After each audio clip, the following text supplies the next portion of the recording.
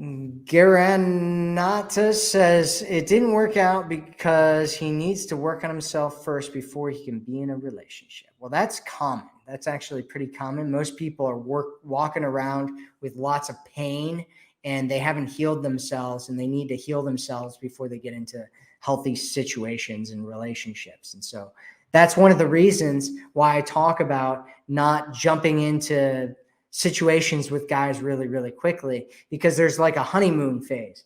And if you let the honeymoon phase take over and your emotions of lust, and you're just like, I love you, and he's like, I love you, and you're just like, oh, right.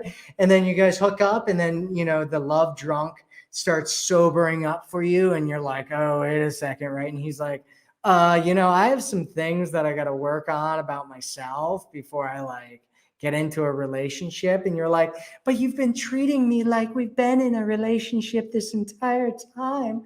Why would you do those things and mess with my heart? Man, you are so horrible to me, right?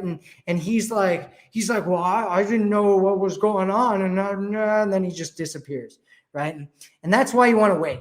That's why you want to wait, and you want to look for long-term consistency with men. Because if you're just jumping into situations all the time, which is very, very, very common, at least in the West, it's very common for guys to just jump. Everybody's just jumping into situations, right? People are hooking up. It's like average for women to hook up with guys on the second or third date, right? That's like normal now in the United